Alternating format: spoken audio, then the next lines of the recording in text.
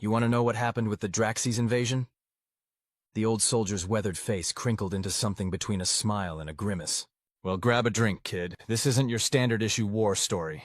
My recorder hummed softly on the table between us.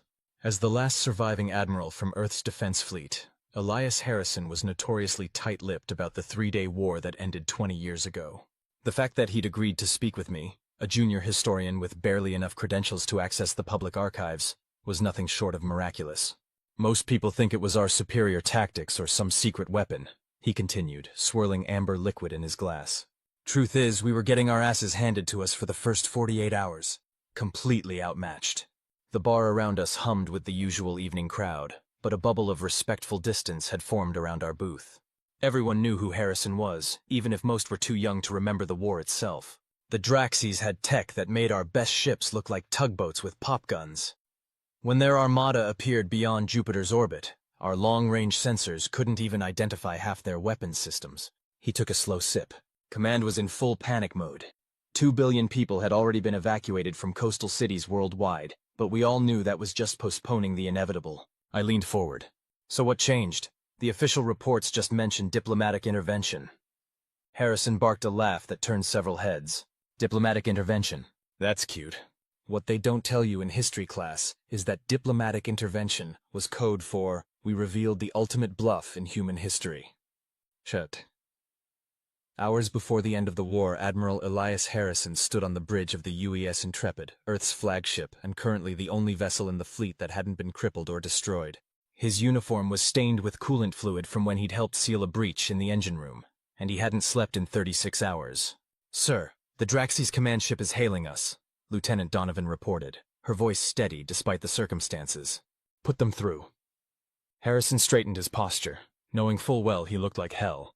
Not that it mattered. The Draxes were about to dictate terms of Earth's surrender. The view screen flickered to life, revealing the insectoid face of High Commander Zex Trall. The translator implants everyone had received when first contact occurred 3 years ago would convert the clicking sounds of Draxian speech into English. Admiral Harrison. The alien's voice came through artificially flat via the translator. Your resistance has been impressive, if futile. Your species has earned the right to surrender with minimal planetary restructuring.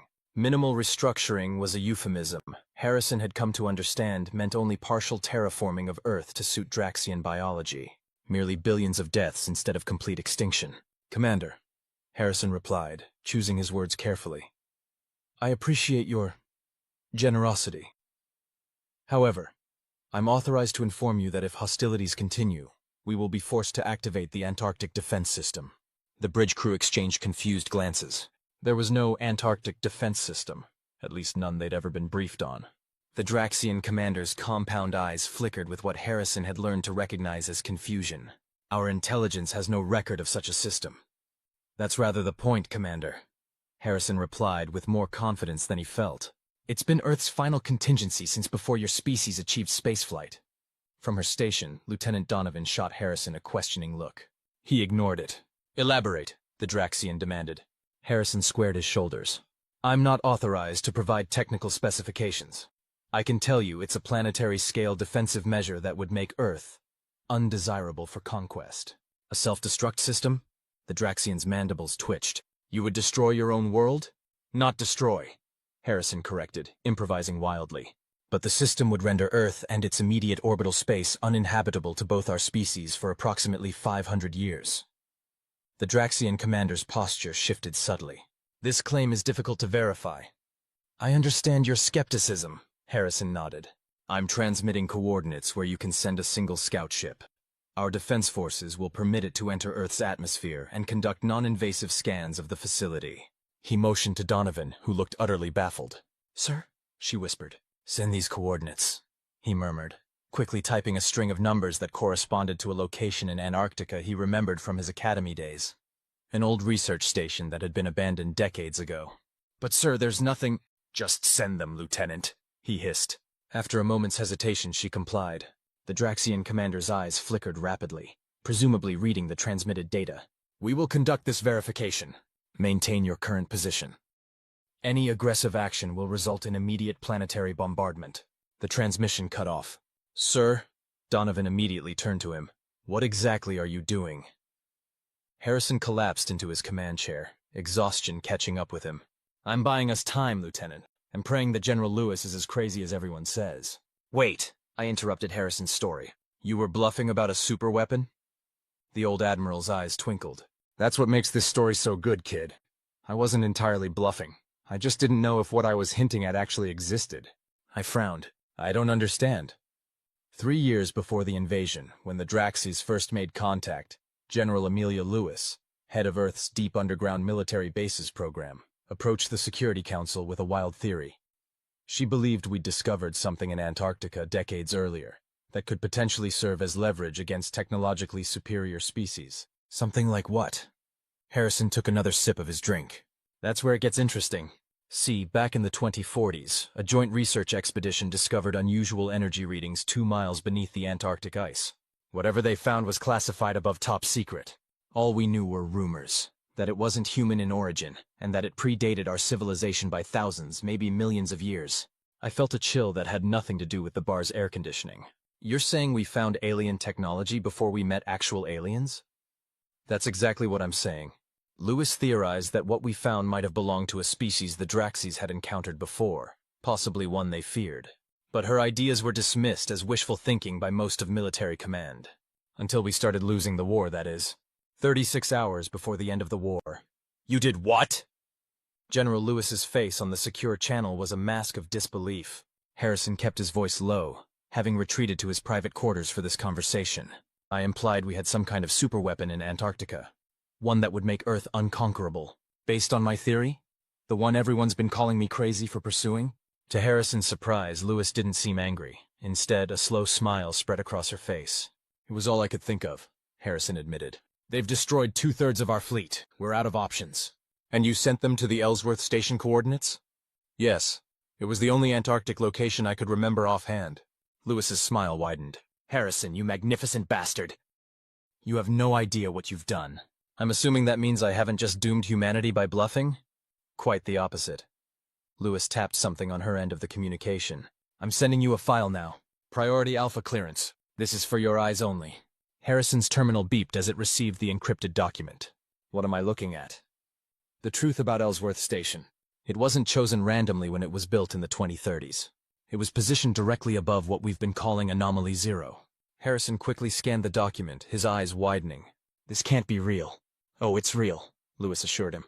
The energy signature we detected is unlike anything produced by known physics.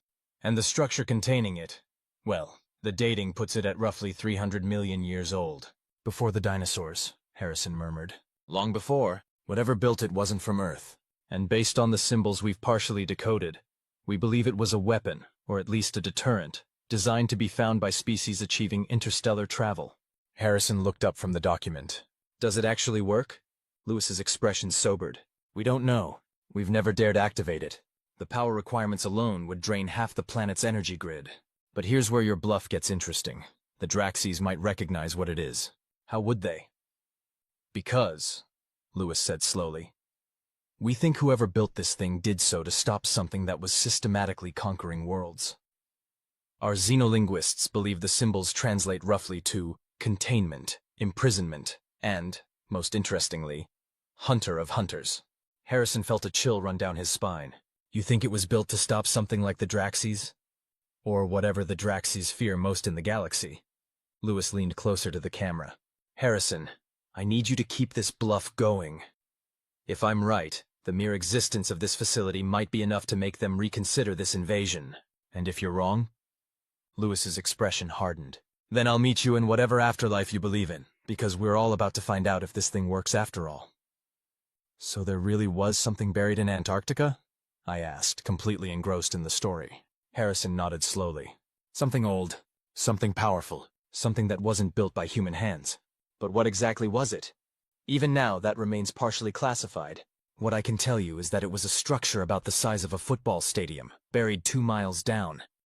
Carbon dating put it at roughly 300 million years old. That's... I struggled to find words. Impossible. Yeah, that was our reaction too. But there it was. Evidence that Earth had been visited long before humans evolved. The working theory is that whatever built it used Earth as a place to hide something, possibly from the ancestors of the Draxes or whatever species the Draxes evolved from. And General Lewis thought it was a weapon? Or a prison? The translations were never definitive. But what mattered was what the Draxes believed it was. Harrison's eyes took on a distant look. And as it turns out, they had their own legends about an ancient species that had once nearly wiped them out. They called them the Buried Ones. Hours before the end of the war, Harrison watched tensely as the Draxian scout ship descended through Earth's atmosphere. True to their word, the aliens had sent a single vessel, though Harrison knew the rest of their fleet remained poised to attack should anything go wrong. "They're following the approved flight path," Lieutenant Donovan reported, tracking the ship's descent toward Antarctica. "Any attempt to scan the vessel?" Harrison asked. "Negative, sir. All Earth defense systems are maintaining passive observation only, as agreed." Harrison nodded, his mouth dry. The bluff had bought them 24 hours. But what would happen when the Draxies realized there was nothing at the coordinates he'd provided? The abandoned Ellsworth research station had been decommissioned years ago. All they'd find would be empty buildings and equipment. Unless Lewis was right. His secure terminal beeped with an incoming transmission. General Lewis again, this time looking like she hadn't slept in days. "They're on their way," Harrison informed her. "I know. I'm tracking them from our remaining satellite network." Lewis's expression was unreadable. "Harrison, I need to know you're prepared for what might happen next." "Which is what, exactly?" "Best case scenario? They recognize what's beneath Ellsworth and retreat. Worst case? They call our bluff and glass the planet." Harrison felt a headache building behind his eyes. "Those are some pretty extreme scenarios, General." "There's a third possibility," Lewis continued. "They might attempt to destroy the Antarctic site specifically. If that happens." She hesitated. "If that happens?" "We have no idea what kind of chain reaction it might trigger. Whatever's down there, it's still generating energy after 300 million years. Destabilizing it could have unpredictable consequences." Harrison pinched the bridge of his nose. "Wonderful. So we might accidentally trigger the very doomsday weapon we're bluffing about." "The universe isn't without a sense of irony," Lewis replied dryly. "But I've taken precautions. I've dispatched a team to the site. If the Draxies attempt anything hostile, we'll try to contain any reaction."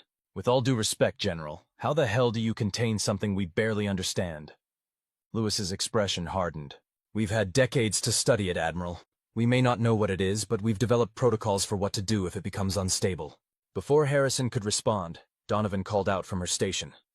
"Sir, the Draxian vessel has reached the coordinates and is conducting scans." Harrison turned back to Lewis. "This is it, moment of truth. Keep me informed," Lewis said, and the communication cut off. For several tense minutes, the bridge crew watched as the Draxian ship hovered over the Antarctic research station. The scans would show them the abandoned buildings, but would they detect what might lie beneath? "Sir," Donovan said suddenly, "the Draxian ship it's powering up what appear to be weapons systems." Harrison's blood ran cold. "Are they targeting the station?" "No, sir. They're not targeting anything. It looks like a defensive posture." Before Harrison could process this information, the communications officer announced, "Incoming transmission from the Draxian command ship, sir." "On screen," Harrison ordered. High Commander Zextral's insectoid face appeared, but something was different about his demeanor. The aggressive confidence was gone, replaced by what Harrison could only interpret as agitation. "Admiral Harrison," the Draxian's translated voice came through. "We have completed our scans of the Antarctic facility." Harrison kept his expression neutral, fighting to control his racing heart. "And? You are in possession of a predecessor artifact." The alien's compound eyes seemed to pulse. "This complicates matters." Harrison had no idea what a predecessor artifact was, but he wasn't about to reveal his ignorance. "As I informed you, Commander, Earth's final defense." The Draxian's mandibles twitched rapidly. "This is not a defensive weapon. It is far more significant. We must discuss new terms immediately." "The predecessors?" I asked, fascinated. "That's what they called the builders of whatever was under Antarctica." Harrison nodded. Their reaction told us everything we needed to know. The Draxies recognized the energy signature immediately. In their history, going back thousands of years before they achieved spaceflight, there were legends of a species that had once ruled their sector of the galaxy. A species that had mysteriously vanished, leaving behind only artifacts of tremendous power. And they thought this thing under Antarctica was built by these predecessors? They didn't just think it, they knew it. The energy signature was apparently unmistakable. Harrison finished his drink and set the glass down with deliberate care. What we learned next changed everything we thought we knew about humanity's place in the cosmos. hours before the end of the war. The secure conference room aboard the Intrepid had been cleared of all personnel except Harrison, his first officer, and the holographic projections of Earth's 5 most senior military leaders, including General Lewis. On the opposite side of the table, the projection of High Commander Zextral loomed, flanked by 2 Draxian science officers. Let me ensure I understand correctly, General Mikhail Volkov of the Eurasian Defense Coalition said, his thick accent coming through clearly. You're saying that this artifact is not a weapon, but something else entirely? It is a seed, one of the Draxian scientists replied through the translator. A world seed. A what? Harrison couldn't help interjecting. The Draxian scientist's mandibles clicked rapidly as it spoke. The predecessors did not build weapons as your species conceives them. They built potentialities. Seeds that, when activated, could transform entire worlds or destroy them, depending on the intent of the activator. That doesn't make any sense, Lewis argued. How can a device know intent? The predecessors did not rely on devices, the second Draxian scientist explained. What you have discovered is partially technological, yes, but also biological. Perhaps even conscious, in ways your science cannot yet comprehend. An uncomfortable silence fell over the room. Are you saying, Harrison finally spoke, that we have some sort of dormant alien life form buried under Antarctica? Not precisely life as you understand it, the first scientist clarified. The predecessors existed partially in dimensions beyond the 4 you perceive. What remains in your Antarctic region is an anchor, a connection point between your reality and something else. General Volkov swore softly in Russian. If activated, High Commander Zextral continued, the seed would draw power from these other dimensions. The results would be unpredictable. In our history, worlds where such seeds were activated sometimes became paradises. Others were reduced to cosmic dust. A cosmic lottery, Harrison muttered. Wonderful. Not entirely random, the second scientist corrected. The outcome depends on complex factors including the dominant consciousness patterns of the activating species. A species primarily motivated by conquest, for example. The scientist's mandibles clicked in what might have been the Draxian equivalent of nervous hesitation. Would trigger a destructive response, Lewis finished the thought. Is that what you're saying? It is. Possible, the scientist admitted. Harrison studied the Draxian commander carefully, and that's why your people are suddenly interested in diplomatic solutions. You're afraid that if you conquer Earth, this seed might activate and destroy both our worlds. Our concerns are more complex than that, Admiral, Zextral replied. The activation of a predecessor seed would draw attention from others. Others? General Lewis leaned forward. What others? The Draxian commander's compound eyes flickered between his scientists, who seemed suddenly reluctant to speak. There are species in this galaxy far older than either of ours, Zextral finally said. Species that monitor predecessor sites. The activation of such a seed would be noticed. You're saying there are other alien civilizations out there watching these seed things? Harrison couldn't keep the disbelief from his voice. Not civilizations as you would understand them, the commander replied. Entities that have existed since before your sun burned hydrogen. They do not interfere with younger species, unless predecessor technology is disturbed. General Lewis's hologram glanced at Harrison with a look that clearly said, "We're way out of our depth here." So, Harrison summarized, trying to make sense of these revelations. You're withdrawing your invasion not because you're afraid of the seed itself, but because you're afraid of drawing the attention of these ancient entities. Both concerns are valid, Zextral admitted. But yes, the latter is more immediate. My species has encountered evidence of their displeasure once before. We do not wish to repeat that experience. What happened? Harrison couldn't help asking. The Draxian commander's posture stiffened. An entire star system in what you call the Crab Nebula, once home to billions of my kind, now an expanding cloud of radiation and elementary particles. The implications hung heavy in the air. Then it seems, General Volkov broke the silence, we have mutual incentive to resolve this conflict peacefully. So that's it?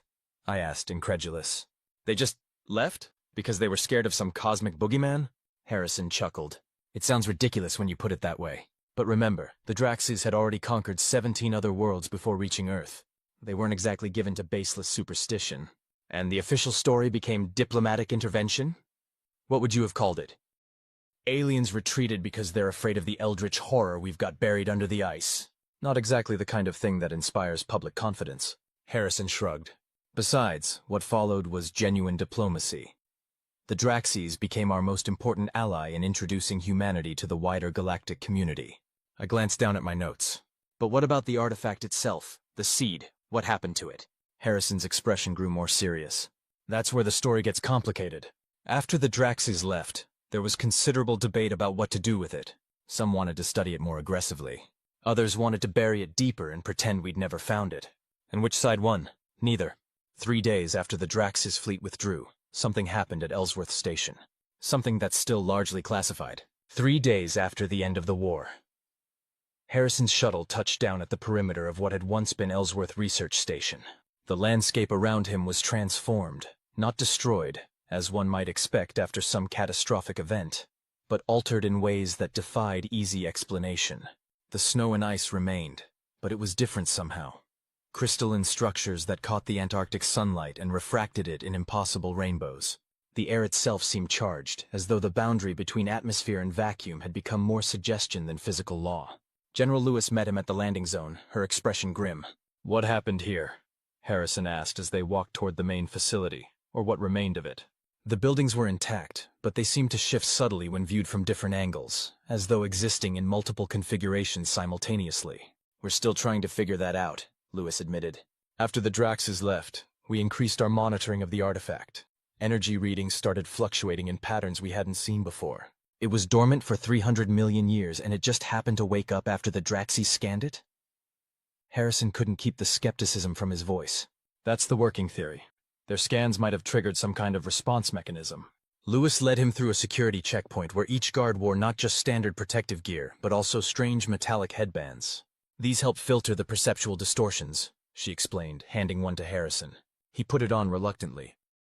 Immediately, the visual shifting of the buildings stabilized, though the rainbow refractions in the ice intensified. 2 days ago, at 0347 hours, there was a massive energy surge from the artifact," Lewis continued as they entered the main building. "Not an explosion, not radiation, something else entirely. When our teams regained access, they found this." She gestured around them. The interior of the facility should have been a standard research station. Utilitarian furnishings, monitoring equipment, perhaps a few creature comforts for the staff. Instead, Harrison found himself in what appeared to be a vast chamber that couldn't possibly fit within the building's exterior dimensions. The walls were covered in shifting symbols that resembled the ones he'd seen in Lewis's classified files, but animated now, flowing and changing like liquid mathematics. The floor beneath them was solid but seemed to pulse with faint luminescence that responded to their footsteps. "What the hell is this?" Harrison whispered. "We're calling it a translation interface," Lewis replied, her voice equally hushed. "It appeared after the energy surge. The artifact didn't destroy the station. It converted it." "Converted it into what?" "A means of communication." Lewis led him toward the center of the impossible room, where a column of light rose from floor to ceiling. Within it, shapes formed and dissolved. Some recognizable as geometric forms, others entirely alien. "Communication with what?" "Not what, who?"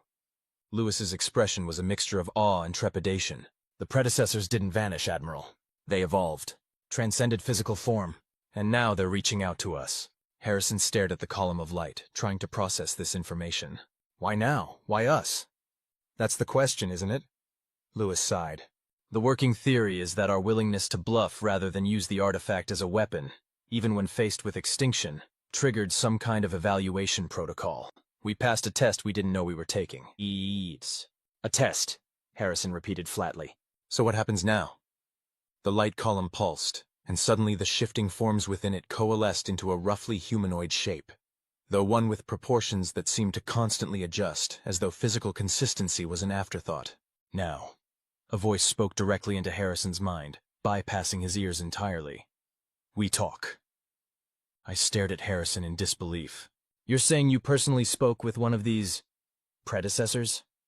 The old Admiral's weathered face creased in a smile. "That's what the official record states." "And what did it say?" "What did you talk about?" "That," Harrison said, finishing the last of his drink, "remains classified at the highest level. What I can tell you is that humanity's understanding of our place in the universe changed fundamentally that day. The Drax's invasion wasn't the end of something, it was the beginning. The beginning of what?" Harrison's eyes took on that distant look again. "Of humanity's true purpose.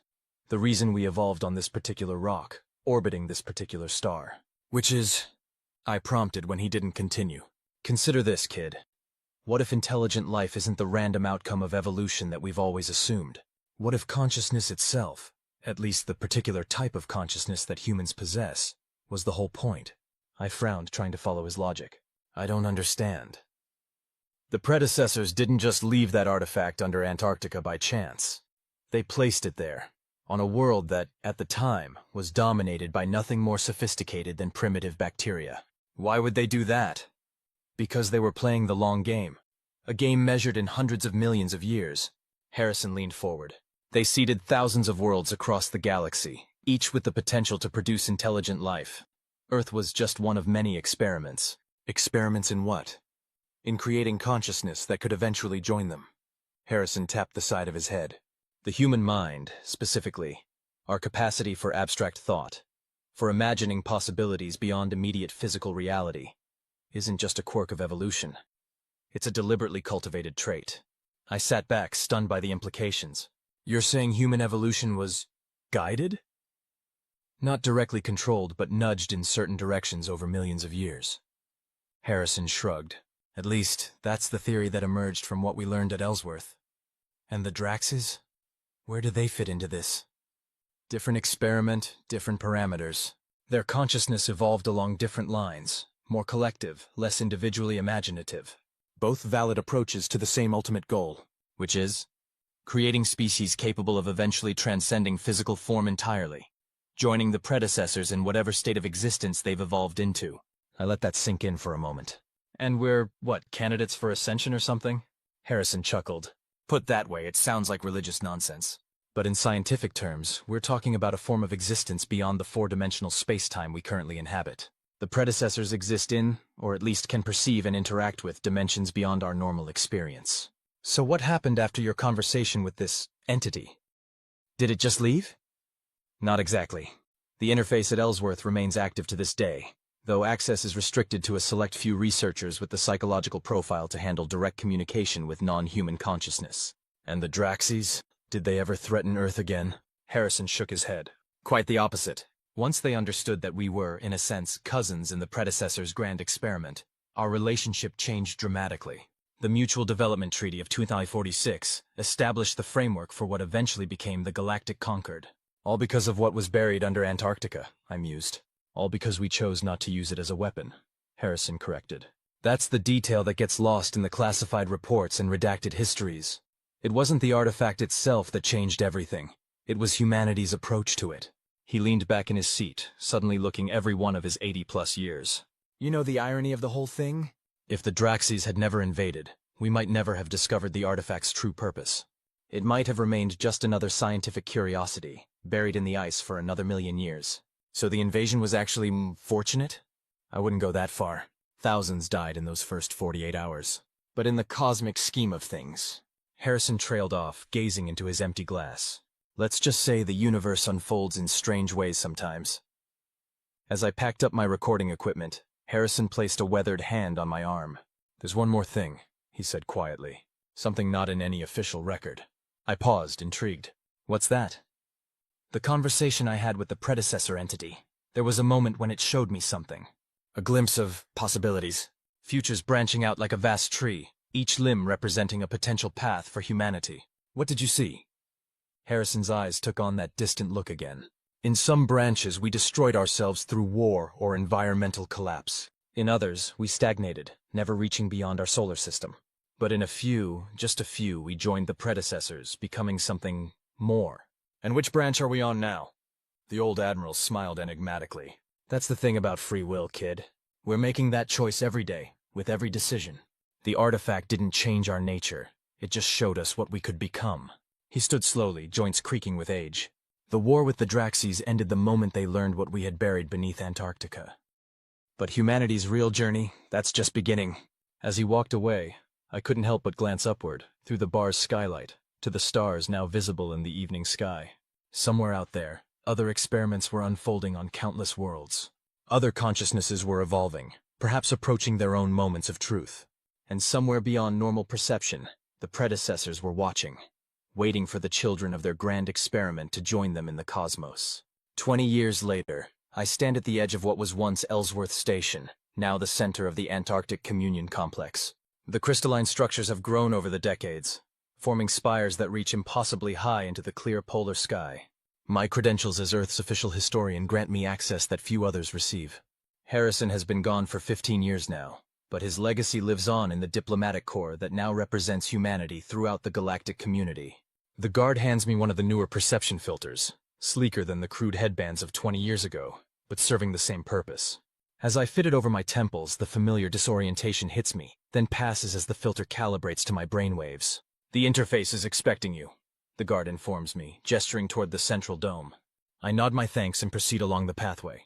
Around me, human and Draxian researchers work side by side, studying the ever-expanding crystalline growths that have transformed this part of Antarctica into something alien yet beautiful. Inside the dome, the column of light still rises from floor to ceiling, though it has grown more complex over the years, branching like a tree of pure energy, each limb extending toward different parts of the chamber. I take my position on the central platform, feeling the familiar tingling as the interface scans my neural patterns. Historian, the voice speaks directly into my mind as it has during each of my previous visits. You have questions? Always, I reply, both aloud and in thought. About the future, the voice observes. Not a question. Yes. The Draxian High Council is proposing the next phase of integration. There are concerns among some human factions. The light column pulses, shapes forming and dissolving within it. Fear of loss of identity. A natural concern for individuated consciousness. Is it justified? All fears are justified from the perspective of those who hold them. The voice has grown more adept at human communication patterns over the years, though it still occasionally speaks in ways that require interpretation. But transformation is not erasure, integration is not absorption. Some believe we're moving too quickly. By what metric? The universe is 14 billion years old. Your species has been self-aware for a mere moment in cosmic time. I smile despite myself. That's not especially reassuring to people worried about the next election cycle. A ripple passes through the light column, what I've come to recognize as the entity's version of amusement. Perspective is difficult for time-bound consciousness. That's why I'm here. The Council wants reassurance that the integration proposal aligns with the optimal path. The entity is silent for a moment, though with a being that experiences time differently than humans, such pauses are difficult to interpret. We do not dictate paths, it finally responds. We observe. We offer perspective. The choice must be yours. But you've seen the possibilities, I press. The branching futures Harrison described. Many have collapsed. Others have emerged. Your species excels at creating new potentialities. Is that a good thing? Another ripple through the light. It is the thing that makes you human. I consider this. The integration proposal. Does it lead toward or away from transcendence? The light column expands suddenly, filling the chamber with prismatic refractions. For a moment, I experience what Harrison must have seen 2 decades ago. Branching futures, countless possibilities, some brilliant with potential, others dark with warning. Transcendence is not a destination. The entity responds as the vision fades. It is a process. The proposal is neither correct nor incorrect. It is simply one possible step. That's frustratingly vague, I observe. Specificity is a constraint of 4-dimensional thinking, the entity counters. But I can offer this. The proposed integration with Draxian consciousness would expand human perception in ways beneficial to your further development. At what cost? Change always carries cost. Nothing is gained without something being released. I sigh. Will we lose what makes us human? The light pulses again, this time forming a shape that resembles a DNA double helix, but with additional strands weaving through it in patterns that seem to defy normal geometry. What makes you human is not static. It has evolved continuously since your species first emerged. What you fear losing is merely your current state, a state that is already transitional. Transitional to what? To what you will become. The helix transforms, the strands separating and recombining in new configurations. The Draxis followed a different evolutionary path, but toward a complementary form of consciousness.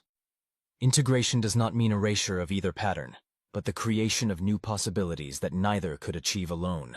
I watch the dancing strands of light, trying to grasp concepts that push at the boundaries of human understanding.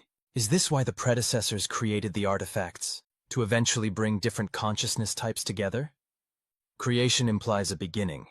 The entity responds. The artifacts are interventions in an ongoing process, catalysts rather than origins. But to what end? End implies cessation, the entity counters. Perhaps consider. To what continuation? I resist the urge to sigh again. 20 years of diplomatic relations with post-physical entities has taught humanity patience with communication differences, but sometimes the philosophical gaps remain challenging. Let me rephrase. What does this process ultimately make possible that wouldn't be possible otherwise? The light column contracts, then expands in a pulse that momentarily fills the entire chamber. In that expansion, I briefly perceive something vast, a network of consciousness spanning not just our galaxy but beyond, a complex interweaving of thought and existence that makes our current conception of reality seem as limited as a two-dimensional drawing trying to represent a sculpture. Participation, the entity says simply as the vision fades. I stand in silence for a long moment, processing what I've been shown, or at least what my limited perception could grasp of it. I'll tell the Council the integration proposal has merit, I finally say, but that we should proceed with full transparency and voluntary participation. A wise approach for consciousness that values individual choice. The entity agrees. The path of forced evolution leads to unstable outcomes. I think of the Crab Nebula, where the Draxes once attempted to weaponize a predecessor artifact. Some histories are best not repeated.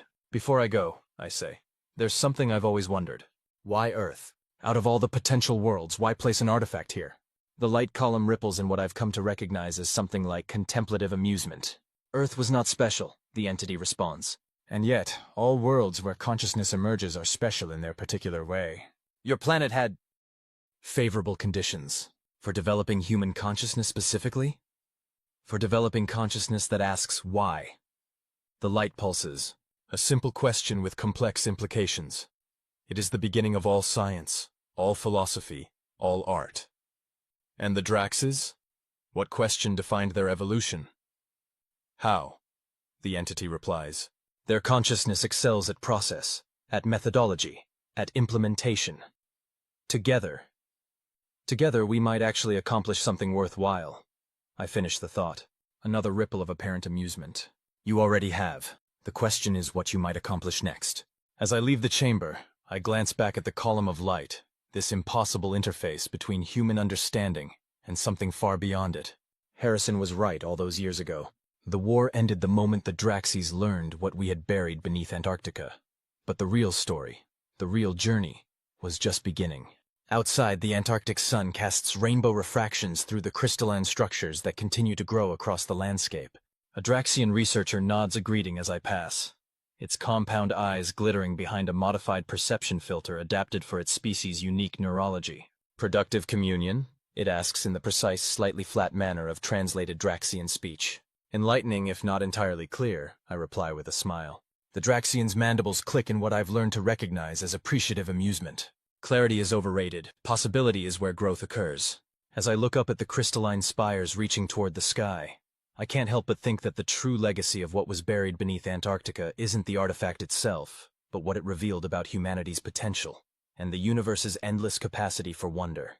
The war had ended, but the greater adventure was still unfolding, one possibility at a time. End.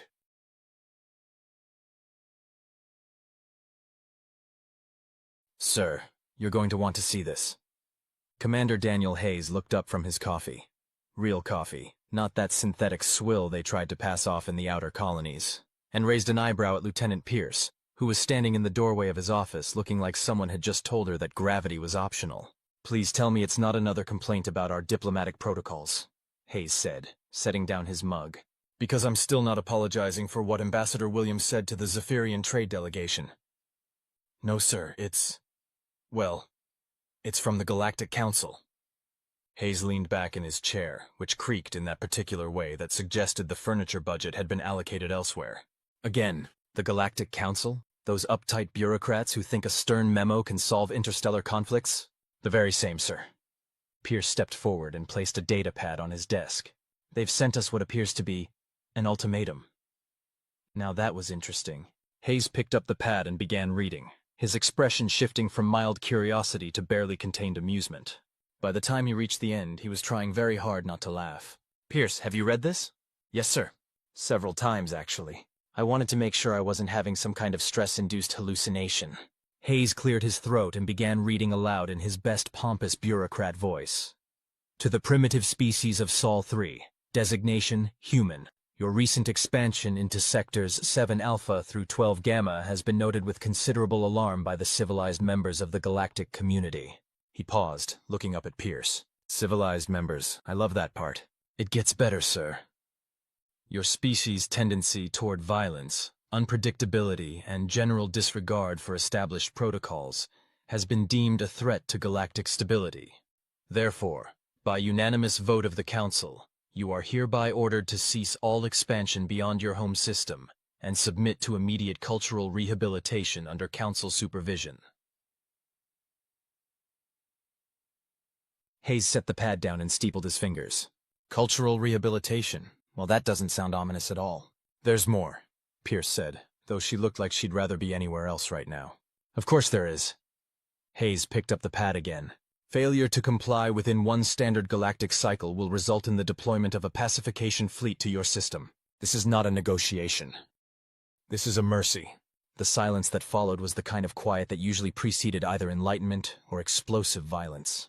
In Hayes' case, it was something closer to the former, though with distinctly dangerous undertones. A mercy, he repeated slowly. They think they're doing us a favor. Sir, what are your orders? Hayes was quiet for a long moment, staring at the datapad. Then, slowly, a smile began to spread across his face. It was the kind of smile that had made his ex-wife nervous and his enemies reconsider their life choices. Pierce, get me Admiral Chen on subspace, priority 1. Chen, sir? Not Admiral Morrison? Morrison's too diplomatic for what I have in mind. And get me our best xenopsychologist, the one who wrote that paper on interspecies communication theory. That would be Dr. Elizabeth Ward, sir. Perfect. And Pierce? Yes, sir? Clear my schedule for the next few hours. I have a thank you note to write. 3 hours later, Hayes's office had been transformed into something resembling a war room.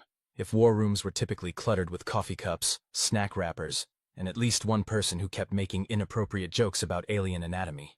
Admiral Rebecca Chen's holographic form flickered slightly as the subspace connection stabilized.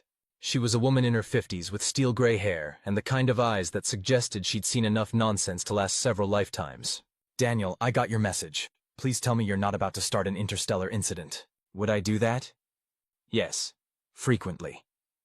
Dr. Elizabeth Ward, a woman whose academic credentials were exceeded only by her ability to explain complex xenopsychology in terms that military personnel could understand, looked up from her own datapad. Actually, Admiral, I think Commander Hayes might be onto something here. Chen's expression suggested she was already regretting this conversation. Explain. Hayes gestured to the wall display, which now showed a star map dotted with various colored indicators.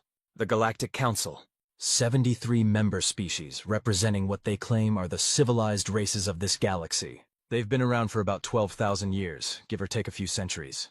And they've just told humanity to sit in the corner and think about what we've done, Ward added. Which, from an anthropological standpoint, is fascinating. Fascinating how? Chen asked, though her tone suggested she already regretted the question. They're treating us like children, Ward explained. The entire tone of their ultimatum suggests they view humanity as a species that simply doesn't know any better. They're not threatening us. They're threatening to discipline us. Hayes nodded. Exactly. And that tells us something very important about how they think. Which is, they have no idea who they're dealing with. Chen was quiet for a moment. Daniel, please tell me you're not planning to declare war on the entire Galactic Council. War? Admiral, I'm hurt. When have I ever solved a problem with unnecessary violence? Tuesday. That was completely necessary violence. There's a difference. Ward cleared her throat. If I may, Commander Hayes has actually identified something quite significant here. The Council's approach suggests they view themselves as the adult supervision of the galaxy. They're used to dealing with species that accept their authority without question. And humans don't do that, Chen said slowly. Humans don't do that, Hayes confirmed.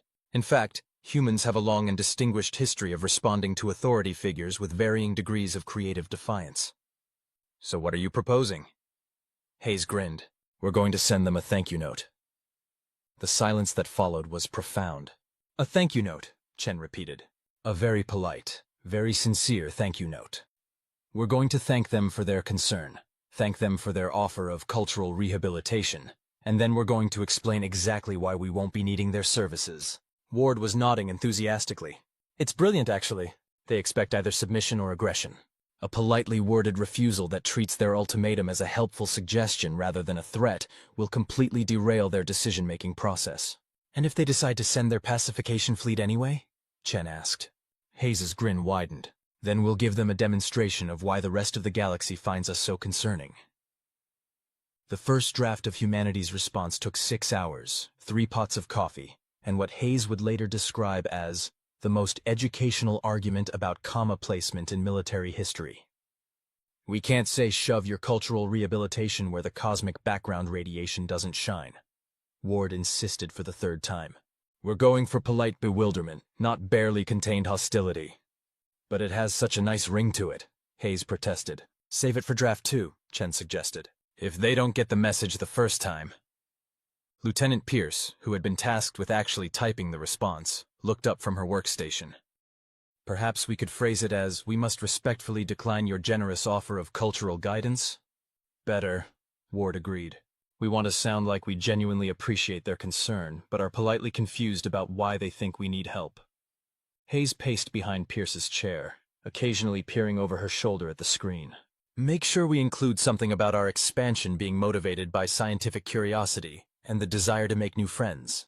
Really play up the innocent explorer angle. Are we the innocent explorers? Pierce asked. We are now. The final version of the response was, by Hayes's standards, a masterpiece of diplomatic passive aggression disguised as earnest gratitude. To the esteemed members of the Galactic Council, we are both honored and somewhat puzzled to have received your recent communication regarding our species' expansion into what you term Sectors 7 Alpha through 12 Gamma. First, please allow us to express our sincere gratitude for your concern regarding our activities. It is always heartwarming to know that established galactic neighbors are paying attention to newer species and their development. However, we find ourselves in the curious position of being unsure why our expansion has caused alarm. Our survey teams have been conducting standard exploration protocols, establishing research stations, and attempting to make contact with local species in accordance with what we understand to be accepted interstellar practice. At no point have we engaged in hostile activities, territorial disputes, or actions that we believed would constitute a threat to galactic stability. We are particularly puzzled by your characterization of human behavior as violent and unpredictable. While we acknowledge that humanity has had its share of internal conflicts, as we assume most species have during their development, our interstellar activities have been conducted with the utmost respect for other forms of life and established territorial boundaries. Our diplomatic corps has worked diligently to establish peaceful contact with the 17 species we have encountered thus far, and we are proud to say that 16 of these encounters have concluded with mutually beneficial trade agreements and cultural exchange programs. We acknowledge that our first contact with the Rigelian hegemony was less successful, but in our defense, we had no way of knowing that offering to shake hands would be interpreted as a mating ritual. We have since updated our diplomatic protocols accordingly. Regarding your generous offer of cultural rehabilitation, we must respectfully decline. While we appreciate the Council's willingness to provide guidance, humanity has always been a species that learns best through direct experience and independent exploration. We believe that our current approach to galactic citizenship, learning from our mistakes, adapting to new situations, and maintaining our core values while respecting those of others has served us well thus far. We would, however, be delighted to open formal diplomatic relations with the Council. We believe that our species could contribute significantly to the galactic community, and we are eager to learn more about the rich tapestry of civilizations that you represent. Perhaps we could arrange a meeting to discuss areas of mutual interest and cooperation. As for your mention of a pacification fleet, we assume this was included in error, as we cannot imagine why a peaceful species engaged in legitimate exploration would require pacification. We are confident that any misunderstandings can be resolved through open dialogue and mutual respect. We look forward to your response and to the possibility of a long and fruitful relationship with the Galactic Council. With warmest regards and genuine appreciation for your attention to our activities, Commander Daniel Hayes, on behalf of the United Earth Colonial Administration. It's perfect, Ward declared after reading the final version. We sound like slightly confused golden retrievers who are very excited to meet new people. And we've managed to imply that their threat is either a mistake or completely unreasonable without actually saying so, Chen added approvingly. Hayes nodded. Send it. Priority transmission. Full diplomatic protocols. Sir, Pierce said. What if they don't appreciate our tone? Then we'll find out just how serious they were about that pacification fleet. The response from the Galactic Council arrived 18 hours later, which was approximately 17 hours and 59 minutes faster than anyone had expected. Hayes was in the middle of his morning coffee when Pierce burst into his office looking like she'd seen a ghost. "Sir, they've responded." "Already? That was quick?" "Sir, I don't think they appreciated our tone." Hayes accepted the datapad and began reading. His expression shifted from mild interest to amused disbelief to something approaching genuine concern. "Well," he said finally, "this is new." The Council's response was brief and to the point. "Species, human. Your response has been analyzed and deemed insulting to the dignity of the Galactic Council. Your refusal to acknowledge the severity of your situation and your apparent mockery of our authority cannot be tolerated. The pacification fleet has been dispatched and will arrive in your system in 47 standard days. Prepare for immediate surrender and processing. Resistance will be met with appropriate force." "They're actually coming," Pierce said. "Apparently so." Hayes set down the pad and walked to his window, which offered a view of the orbital shipyard where humanity's modest fleet was docked. "Get me Admiral Chen again, and contact Fleet Command. I want a full strategic assessment within 6 hours. "Yes, sir, sir." "Yes. Are we actually going to fight the entire Galactic Council?" Hayes was quiet for a long moment. "Pierce, do you know what the defining characteristic of humanity is?" "Sir." "We don't know when to quit. It's gotten us into trouble more times than I can count, but it's also gotten us out of trouble just as often." He turned back to face her. "The Council made a mistake. They assumed we'd roll over like good little primitives when they showed their teeth. And we're not going to do that. We're going to do what humans have always done when someone tries to tell us we can't do something." Hayes grinned. "We're going to prove them wrong." The next 47 days were a blur of activity that would later be referred to in military histories as the time when humanity collectively lost its mind and somehow made it work. Fleet Command's strategic assessment was, in the words of Admiral Morrison, either the most optimistic military analysis in human history, or a detailed plan for the most spectacular defeat since the invention of warfare, possibly both. The numbers were not encouraging. Humanity's entire space fleet consisted of 43 ships of various classes, ranging from cutting-edge destroyers to converted civilian vessels that had been pressed into service during the colonial expansion. The Galactic Council, according to their own public records, could field over 3,000 ships if necessary. "We're outnumbered roughly 70-1, Morrison reported during the emergency session of the Colonial Defense Council. "Our technology is comparable in some areas, superior in a few, but we're dealing with species that have been building warships for millennia. So we can't win a traditional engagement," Hayes observed. "We can't win any kind of engagement," Morrison corrected. "This isn't a battle, Daniel. This is pest control from their perspective." Dr. Ward, who had become an unofficial advisor to the Military Planning Committee, cleared her throat. "Actually, that might be our advantage." "How so?" "They're not expecting a fight. They're expecting a cleanup operation. According to their public statements, pacification fleets are typically used to discipline member species who violated Council edicts. The targets usually surrender immediately." Admiral Chen nodded slowly. "They're expecting us to roll over." "Exactly. And when we don't, they'll be operating from a completely different playbook than the one they prepared for." Hayes leaned forward. "What kind of playbook do we think they're using?" "Minimum force necessary to achieve compliance," Ward explained. "They want to make an example of us, but they also want to avoid unnecessary destruction. They're trying to rehabilitate us, remember? Hard to do that if they've reduced our civilization to rubble. So they'll try to disable our defenses and force a surrender." "That's my assessment, yes." Morrison shook his head. "Even if that's true, we still can't match their firepower." "We don't need to match it," Hayes said quietly. "We need to make them reconsider whether we're worth the effort." "Explain." Hayes stood and walked to the tactical display, which showed the Sol system in all its cluttered, chaotic glory.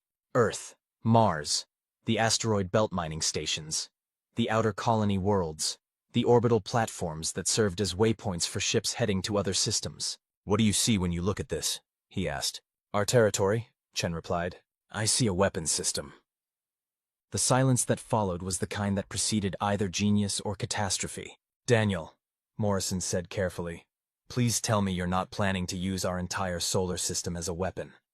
"Not the entire system. That would be overkill." "What part of the system are you planning to weaponize?" Hayes grinned. "The part they won't see coming." The Galactic Council's pacification fleet arrived in the Sol system exactly on schedule, which was the first sign that humanity had been paying attention to their intelligence reports. The fleet consisted of 67 ships of various classes, led by the dreadnought Righteous Arbitration under the command of Fleet Admiral HFY, a member of the Thorian species known for their methodical approach to military operations. Admiral HFY was not particularly concerned about the upcoming operation. Pacification missions were routine affairs: show overwhelming force, demand surrender, accept submission, establish oversight protocols, and move on to the next assignment. The humans might require slightly more effort than usual, given their apparent lack of respect for authority, but the outcome was never in doubt. The first indication that this mission might be different came when the fleet's sensors detected the human defensive positions. "Fleet Admiral," his sensor operator reported, "I'm reading 41 human vessels in defensive formation around the third planet. They appear to be waiting for us." HFY's three eyes blinked in sequence, a sign of mild confusion in his species. "Waiting for us?" "Yes, sir.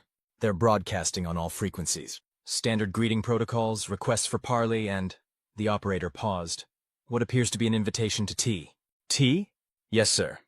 They're asking if our dietary requirements would permit us to join them for afternoon tea to discuss the situation like civilized beings." HFY was quiet for a moment. In his considerable experience, species facing pacification did one of three things: they surrendered immediately, they attempted to flee, or they launched desperate attacks that were quickly suppressed. None of them invited the pacification fleet to tea. "Open a communication channel," he ordered. The main screen flickered to life, revealing the bridge of what appeared to be the human flagship. A human male in a crisp military uniform sat in the command chair, looking remarkably relaxed for someone facing overwhelming odds. "Admiral HFY, I presume?" the human said. "I'm Commander Hayes. Welcome to the Sol system. I hope your journey wasn't too unpleasant." "Commander Hayes," HFY replied formally, "I am here to accept your unconditional surrender and begin pacification procedures. Will you comply?" Hayes appeared to consider this seriously. "Well, that's a generous offer, Admiral, but I'm afraid we'll have to decline. You see, we've grown rather fond of our independence, and we're not entirely convinced that pacification is in our best interests." "Commander, you are outnumbered and outgunned. Resistance will only lead to unnecessary casualties." "Oh, I don't think we're planning to resist exactly," Hayes smiled. "We're planning to educate." Before HFY could ask what that meant, his tactical officer's voice cut through the bridge. "Admiral, I'm detecting massive energy signatures throughout the system. The humans appear to have— Sir, they've weaponized their asteroid belt." HFY's attention snapped to the tactical display. The asteroid belt between the fourth and fifth planets was lighting up like a festival celebration, thousands of energy signatures indicating active propulsion systems and weapons platforms. "They've turned the entire belt into a minefield," his tactical officer continued. "Estimated number of active devices, over 10,000. 10,000? HFY's voice carried a note of disbelief. "Sir, that's not all. I'm detecting similar signatures around the gas giant in the outer system. They've weaponized its moon system as well. And sir, there are energy readings coming from the comets in the outer cloud. They've been mining and arming them for months." On the screen, Commander Hayes was still smiling. "You see, Admiral, humans have this quirk. When someone tells us we can't do something, we tend to get creative. And when someone threatens us, we tend to get very creative very quickly." HFY stared at the tactical display. The human fleet might consist of only 41 ships, but they had turned their entire solar system into a weapons platform. Any attempt to approach the inner planets would require running a gauntlet of automated defenses, hidden weapons platforms, and what appeared to be weaponized chunks of space debris. "This is madness," he said finally. "This is Tuesday," Hayes replied cheerfully. "We've been preparing for your arrival since you announced it. Did you really think we'd spend 47 days sitting around waiting for you to show up? You cannot hope to match our firepower." "You're absolutely right. We can't match your firepower, your technology, or your experience. But Admiral, we don't need to defeat you. We just need to make this cost more than it's worth." Hayes gestured towards something off-screen, and the tactical display updated to show additional information. The asteroid belt wasn't just weaponized, it was mobile. The modified asteroids were slowly moving into new positions, creating overlapping fields of fire that would make any approach to the inner system extraordinarily costly. "You see, Admiral, the Galactic Council made a fundamental error in their assessment of humanity. They assumed we'd fight like a traditional military force. But humans don't fight fair. We fight to win, and we use whatever tools are available." HFY was beginning to understand why the Council had been concerned about human expansion. "What exactly are you proposing, Commander?" "I'm proposing that you return to the Council with a message."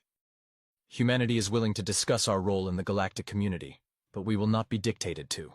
We will not submit to cultural rehabilitation, and we will not be treated like misbehaving children. And if the Council sends a larger fleet? Hayes's smile took on a distinctly predatory quality. Then we'll show them what humans can accomplish when we're really motivated. Admiral, this system represents maybe 5% of our actual defensive capability. We've been very polite so far. The Bridge of the Righteous Arbitration was completely silent. You're bluffing, HFY said finally. Am I? Admiral, how many species in the Galactic Council have ever fought a total war? How many have ever had to develop military technology as a matter of survival rather than territorial expansion? Hayes leaned forward slightly. Humans spent most of their history trying to kill each other more efficiently than the other guy could kill them. We've had thousands of years to get very, very good at creative destruction. The only reason we stopped is because we figured out how to leave the planet and find new things to do. He gestured again, and the display showed additional information. Ship construction facilities, manufacturing centers, research stations, all of them located in areas that would be extremely difficult for the Council fleet to reach without taking massive casualties. We've been in space for less than 2 centuries, Admiral, and we've already colonized 17 systems. Do you know why? Because humans don't know when to quit. We don't accept limitations. We don't respect boundaries that we didn't agree to. And we really, really don't like being threatened. HFY looked at his own tactical display, then back at the human commander. What do you want? I want you to go back to the Council and tell them that humanity is interested in joining the galactic community as equals, not as subordinates. We're willing to discuss reasonable limitations on our expansion. We're willing to participate in diplomatic initiatives, and we're even willing to consider cultural exchange programs. But we will not be pacified, rehabilitated, or managed. And if the Council refuses? Then the next time they send a fleet to Sol, they better send a bigger one. Because by then, we'll have had time to get really creative. The Galactic Council's emergency session convened 6 days after Admiral HFY's fleet returned from the Sol system. The mood in the Grand Chamber was something between bewilderment and barely controlled panic. Councillor Vexthara of the Altarian Republic spoke first. Admiral HFY, please confirm your report. The humans refused to surrender? That is correct, Councillor. They not only refused surrender, they demonstrated a defensive capability that would make any attempt at pacification prohibitively costly. How costly? Asked Councillor Prime Darwin of the Rigelian hegemony. HFY's report was clinical and thorough. The humans had weaponized their entire solar system, demonstrated tactical innovation that indicated significant military experience, and made it clear that any attempt at forced pacification would result in casualties that the Council would find unacceptable. They essentially turned their star system into a fortress, he concluded. Any attempt to take it would require a significant portion of our combined fleets, and even then, success would not be guaranteed. The chamber erupted in what could charitably be called discussion, and more accurately described as controlled chaos. 73 different species trying to talk at once created a sound that was both fascinating and deeply unpleasant. Councillor Prime Darwin called for order. The question before us is simple. Do we escalate or do we negotiate? We cannot be seen to back down from a species we have declared to be in violation of Council authority, insisted Councillor Zephon of the Crystalline Dominion. Our credibility is at stake. Our credibility is already damaged, replied Councillor Vexthara. We issued an ultimatum to a species that was apparently better prepared for warfare than our intelligence indicated. They're primitives, Zephon protested. They've been spacefaring for less than 2 centuries. Primitives who managed to create a system-wide defense network in less than 50 days. Admiral HFY pointed out. Counselor, with respect, these humans are not typical primitives. The debate continued for hours, touching on everything from military strategy to the philosophical implications of allowing a species to reject Council authority. Finally, Councillor Prime Darwin called for a recess. We will reconvene in 6 hours, he announced. I suggest we all use that time to consider our options carefully. During the recess, Councillor Vexthara found herself in a private meeting with 3 other council members, Darwin, HFY, and Councillor Theiss of the Meridian Collective. They were, informally, the Council's Crisis Management Committee. Honestly, Vexthara said, what did we expect? We've been treating every new species we encounter like they're children who need guidance. Eventually, we were going to run into one that didn't appreciate the condescension. The humans are different, Admiral HFY agreed. Every other species we've encountered has had some form of central authority that could make decisions for the entire population. The humans have dozens of competing governments, but they still manage to coordinate a system-wide defense in record time. Counselor Theiss, whose species was known for their analytical approach to problems, had been reviewing the human cultural data. Their response patterns are consistent with a species that has evolved under constant competitive pressure. They don't just adapt to threats. They treat threats as opportunities to innovate. Meaning? Meaning that every time we escalate, they'll escalate further. We threaten them with pacification. They turn their solar system into a weapon. If we threaten them with a larger fleet, they'll probably find a way to weaponize their star. Darwin was quiet for a moment. Are we seriously considering negotiating with a species that just threatened the entire Galactic Council? We're considering negotiating with a species that demonstrated they could make good on their threats, Vexthara corrected. There's a difference. What are they actually asking for? Zexhai consulted his notes. Equal status in the galactic community, participation in diplomatic initiatives, and cultural exchange programs. They're willing to discuss limitations on their expansion, but they won't accept external oversight of their internal affairs. That's actually reasonable, Theiss admitted. It's also a complete reversal of our position, Darwin pointed out. Sometimes reversing position is the smart move, Vexthara said, especially when the alternative is a war that nobody wants. They sat in contemplative silence for several minutes. There's another consideration, Zexhai said finally. The humans aren't just asking to be left alone. They're asking to join us. If their defensive capabilities are any indication of their potential contributions to the Council, they might actually be valuable allies. Allies who shoot first and ask questions later? Allies who don't back down from a fight. When was the last time the Council faced a real external threat? It was a good question. The Galactic Council had been the dominant force in their region of space for so long that most members had forgotten what it was like to face genuine opposition. You're suggesting we accept them as equals? Darwin asked. I'm suggesting we accept them as what they are. A species that's capable of defending itself and isn't interested in being anyone's client state. The council session reconvened 6 hours later, and the debate resumed with somewhat less chaos and considerably more focus. The question was no longer whether to negotiate with the humans, but what form those negotiations should take. Counselor Prime Darwin presented the committee's recommendations: formal diplomatic contact, establishment of embassy relationships, and preliminary discussions about human participation in council activities. We are essentially proposing to treat them as we would any other potential council member, he explained. Full diplomatic status, with the understanding that membership would be contingent on their willingness to abide by council regulations. Which they have already refused to do, Councillor Zephon pointed out. Which they have refused to do without discussion, Vexthara corrected. There's a difference between rejecting authority outright and insisting on being part of the decision-making process. The vote, when it finally came, was closer than anyone had expected. 39 in favor of diplomatic contact, 34 against. It wasn't exactly a ringing endorsement, but it was enough. The motion carries, Darwin announced. We will establish formal diplomatic contact with the human governments and begin preliminary discussions about their role in the galactic community. And if they refuse to moderate their expansion? Zephon asked. Then we'll deal with that problem when we come to it. But for now, we're going to try treating them like equals and see what happens. The human response to the Council's diplomatic overture arrived 3 days later, and it was everything the Council had come to expect from humanity. Polite, slightly amused, and absolutely uncompromising on core principles. To the esteemed members of the Galactic Council, we are pleased to receive your invitation to establish formal diplomatic relations, and appreciate your willingness to reconsider the situation in Sol System. We accept your proposal for embassy relationships and preliminary discussions about human participation in Council activities. However, we feel it necessary to clarify our position on several key points. First, humanity's expansion into neighboring systems will continue, though we are willing to establish protocols to ensure that our activities do not conflict with the legitimate interests of other species.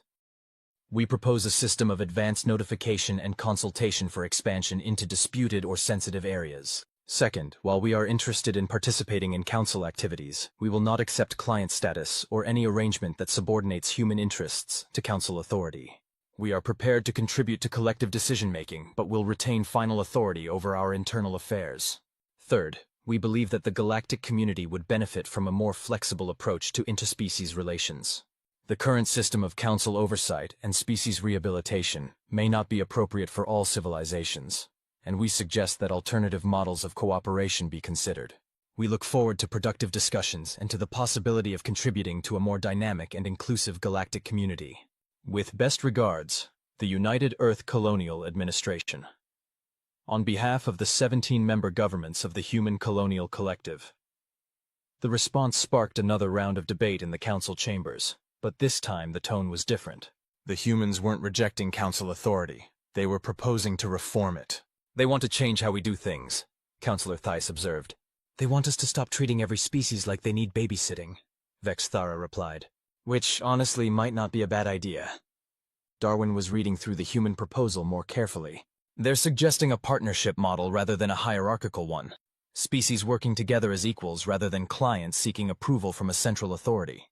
That's a complete restructuring of the council system, Zephon protested.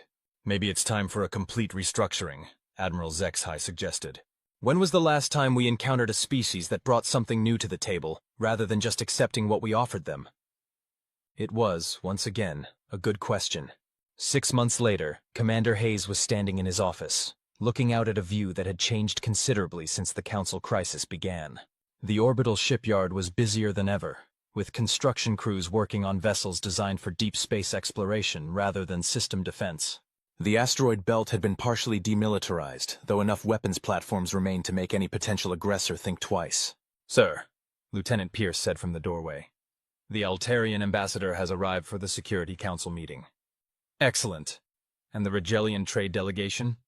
They'll be here next week. Something about wanting to discuss mining rights in the outer system. Hayes nodded. The transition from near warfare to active diplomacy had been surprisingly smooth, probably because everyone involved had realized that the alternative was considerably worse. The Galactic Council had, after considerable debate and several more strongly worded exchanges, agreed to establish what they were calling a collaborative governance model for dealing with species that preferred partnership to client status. Humanity was the test case, but several other species had already expressed interest in similar arrangements. Pierce, what's our status on the embassy construction? The council delegation facility should be completed next month. Dr. Ward says the Xenopsychology Research Center will be finished shortly after. Good. And our own embassy program? We've got facilities under construction in 12 council systems, with more planned. The Diplomatic Corps is excited about the opportunity to study other species up close. Hayes smiled. Humanity's approach to diplomacy was apparently as unconventional as their approach to warfare. Instead of simply establishing trade relationships, they were sending teams of scientists, artists, and cultural specialists to learn everything they could about their new neighbors. The council still doesn't know what to make of us, do they? No, sir. But they're starting to appreciate the entertainment value. Hayes chuckled. That was probably the most accurate assessment of the situation he'd heard yet. Humanity had managed to avoid a war, establish diplomatic relations with 73 alien species, and apparently become the galaxy's most interesting conversation topic, all by refusing to behave the way everyone expected. His communicator chimed with an incoming message. Hayes glanced at the display and raised an eyebrow. Pierce, we've got another situation. Sir? The Centaurian Empire just sent a message demanding that we cease expansion into what they claim is their sphere of influence. They're threatening to deploy a battle fleet if we don't comply within 30 days. Pierce was quiet for a moment. Should I prepare another thank you note, sir? Hayes grinned. Actually, I think we should try something different this time. Sir? Get me the Galactic Council's diplomatic liaison. I want to invite the Centaurians to a 3-way negotiation. You want to involve the Council in our response? Pierce, 6 months ago, the Council thought we were dangerous primitives who needed to be controlled. Now they're asking us for advice on how to handle other difficult species. I think it's time we started acting like the partners we claimed we wanted to be.